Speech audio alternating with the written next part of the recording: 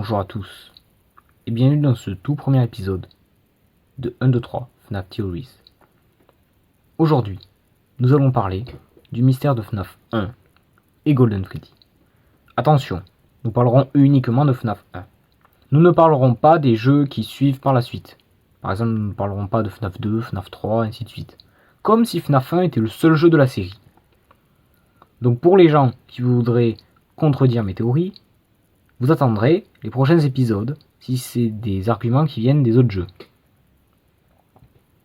Merci d'avoir compris ça, pour ceux qui ont compris bien évidemment, et nous allons enchaîner directement avec la présentation du jeu.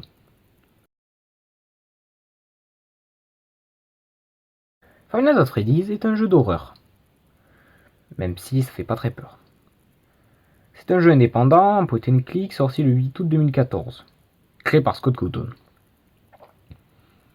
C'est un jeu d'horreur qui a juste l'ambiance et les jumpscares qui font peur. Le jeu nous raconte l'histoire d'un garde de nuit qui travaille au Freddy Fazbear's Pizza, de minuit à 6h du matin, pendant 5 nuits, ou plus, si on le désire. Nous jouons donc le gardien de nuit, qui va devoir survivre pas à des criminels, ni à des monstres, mais à des mascottes animatroniques du restaurant, qui cherchent à nous tuer de minuit à 6h. Pourquoi ? Je vais en parler juste après. Je ne vais pas parler du gameplay, mais de l'histoire cachée du jeu. Donc, nous allons directement enchaîner sur la chronologie du jeu.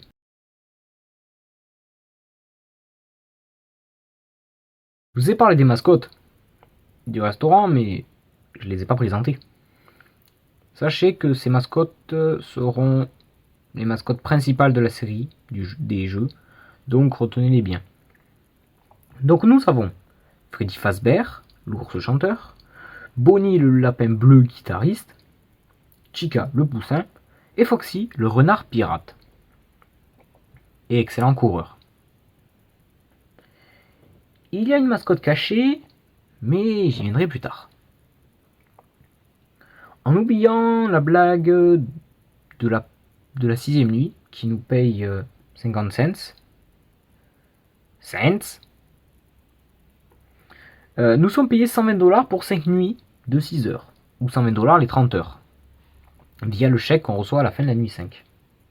En bref, nous sommes payés 4$ de l'heure. Ça fait pas beaucoup. Mais si on recherche historiquement, il s'agit de la paye minimale aux États-Unis au début des années 90.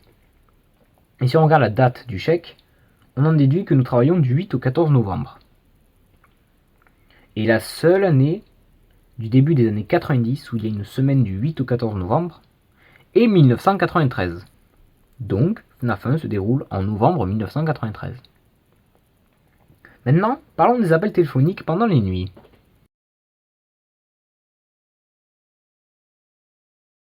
De la nuit 1 à 5, un personnage nommé par la communauté Phone Guy nous révélera un peu plus d'histoire via des enregistrements téléphoniques. Dans la nuit 1, Phone Guy nous expliquera le gameplay et pas mal de lore. Il explique que les animatroniques n'ont pas pris de bain depuis 20 ans, depuis leur création.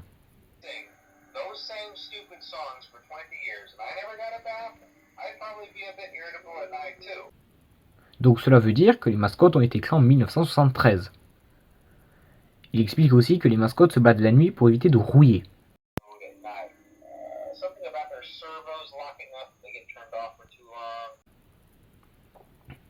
Elles pouvaient le faire avant, pendant la journée, jusqu'en 1987, où un animatronique aurait mordu quelqu'un,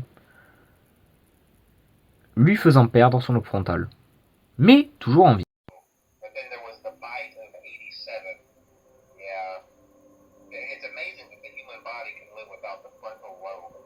Il finit par dire que si les mascottes nous voient pendant la nuit, elles nous prendront pour un squelette d'animatronique, ou endosquelette, sans un costume, et donc essaieront de nous enfiler un costume de force, qui nous tue par la même occasion.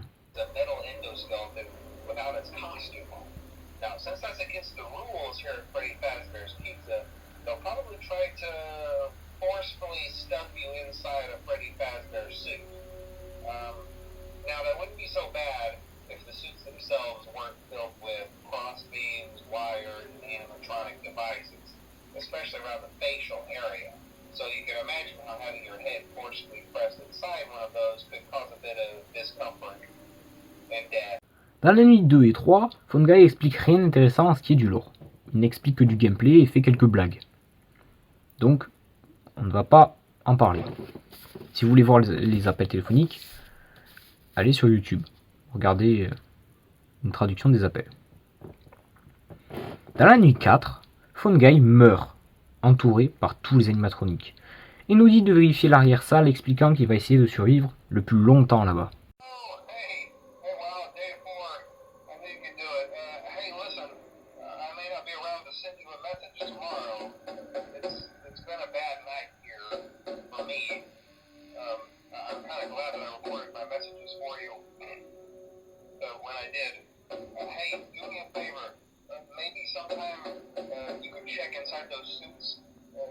La mort de Fungai aura son importance plus tard. Enfin, la nuit 5 met en scène un son étrange, sûrement d'animatronique essayant de communiquer. Tout cela nous apporte deux éléments à la timeline, à savoir la morsure de 87 et la mort de Fungai. Maintenant, parlons de la 5e mascotte que j'ai énoncée tout à l'heure. Golden Freddy, ou Yellow Bear, c'est son nom dans les fichiers du jeu, est un animatronique secret, plutôt rare, qui peut apparaître dans votre bureau entouré de It's Me, ou C'est moi en français, et fait cracher le jeu. Golden Freddy ne semble pas avoir d'endosquelette. J'y reviendrai dessus plus tard, quand nous parlerons de la morsure de 87. Pendant les nuits, il est possible que des journaux apparaissent sur l'une des caméras. Ces journaux sont au nombre de 4. Je vais vous en faire un résumé rapide. Le premier nous explique que 2 enfants ont disparu, et que leur corps n'aurait jamais été retrouvé. Ils sont présumés morts. Ces enfants auraient été attirés dans une salle à l'arrière du restaurant pendant les dernières heures d'ouverture, donc pendant la nuit. Le 26 juin.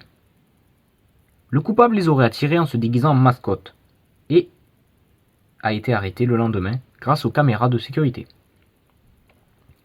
Le deuxième dit que maintenant 5 enfants sont portés disparus, donc au total. Ensuite, le journal répète les mêmes choses que le premier. Que les corps des enfants n'ont pas été trouvés, voilà. Le troisième journal dit que les animatroniques sentent mauvais et que du sang sort des yeux des mascottes. Un parent a dit qu'il s'agit de carcasses réanimées. Cet élément aura son importance un peu plus tard. Le dernier dit que le restaurant va fermer après plusieurs années d'existence, à cause de tous les drames qui se sont passés. Donc, déjà parlons de quand est-ce que ouvre le restaurant de FNAF 1. Donc logiquement, il ouvre après 1987, vu qu'il a dû fermer à cause de la morsure. Donc après 1989, et donc avant 1993. Donc vu que ça fait plusieurs années, je dirais aux alentours de 1990. C'est pas très important, mais je souhaitais quand même faire le point là-dessus. À présent, reparlons des 2 premiers journaux. 5 enfants auraient disparu. Un employé les aurait attirés grâce à un costume. Un costume que l'on connaît.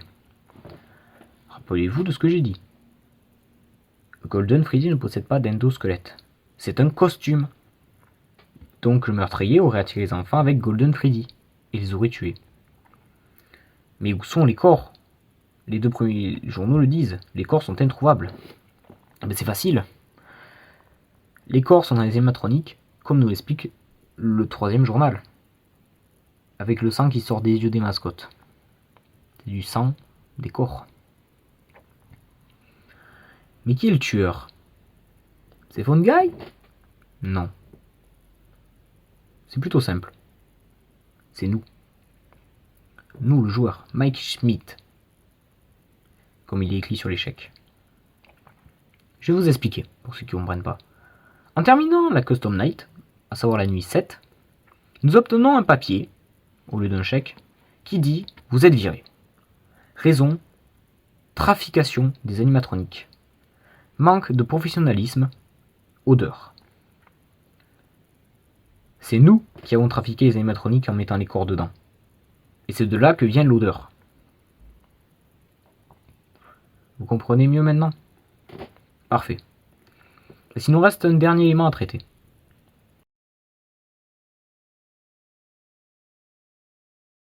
J'aimerais revenir sur un élément.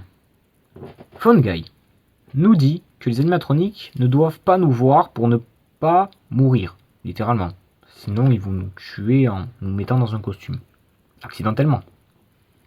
Mais ils nous tuent quand même. Sauf que les animatroniques que l'on voit, ils sont pas normaux.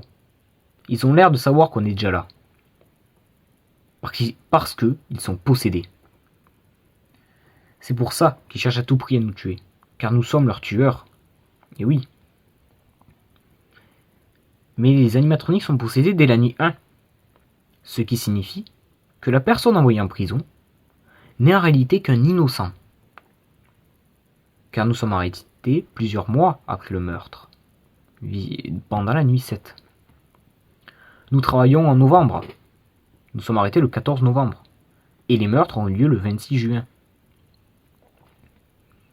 Les policiers ont donc fait une erreur qu'ils ont corrigée plusieurs mois après. À présent, parlons de la dernière question qui nous reste à résoudre. La plus importante de tout FNAF 1. Je veux bien évidemment parler.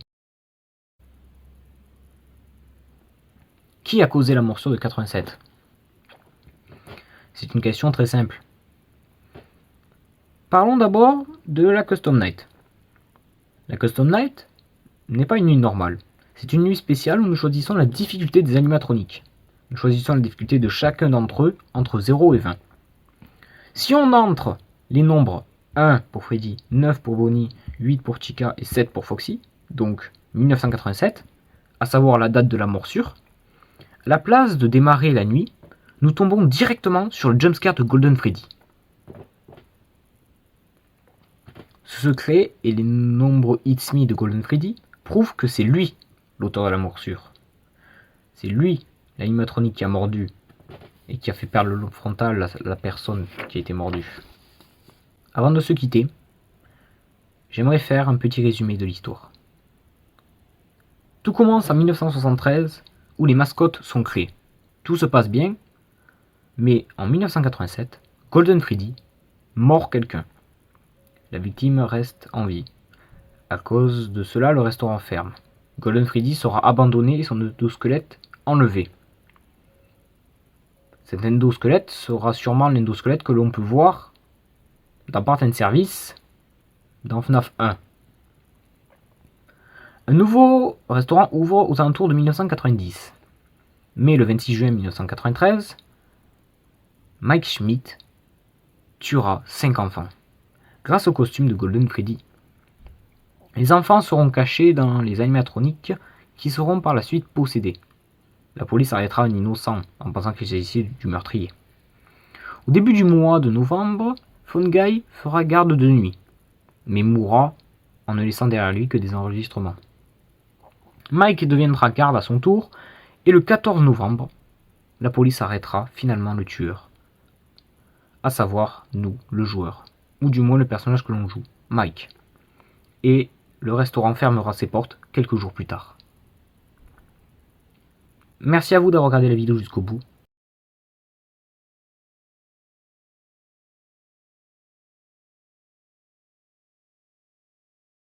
Parce que j'ai utilisé des passages de leur vidéo pour faire ce montage. Donc je tenais à les créditer quand même.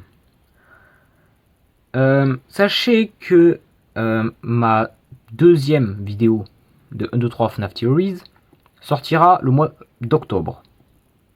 J'ai pas encore décidé quand dans le mois d'octobre, mais ça sera en octobre. Donc préparez-vous. Si vous voulez pas la manquer, abonnez-vous.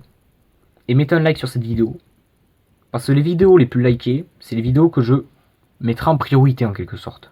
Si je dois en faire plusieurs à la fois. Pour ce qui est du Let's Play Kirby, j'ai une vidéo prête depuis le mois de juin. Il me manque plus qu'à faire le montage. Donc oui, ça fait un moment que je l'ai. Ensuite, je continue le let's play après que cette vidéo soit sortie. Je la sortirai peut-être dans 1 ou 2 semaines. J'ai pas encore décidé.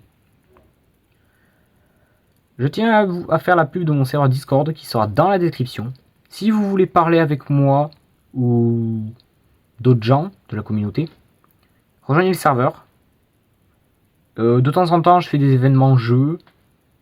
Donc, si vous voulez, vous pouvez venir. Et puis, merci à tous ceux qui me suivent, donc c'est-à-dire pas beaucoup de personnes. Abonnez-vous, mettez un like à la vidéo si vous l'avez apprécié. Et moi, je vous dis à bientôt dans une prochaine vidéo. C'était Super No 3 Parté et le mystère de FNAF 1. A plus.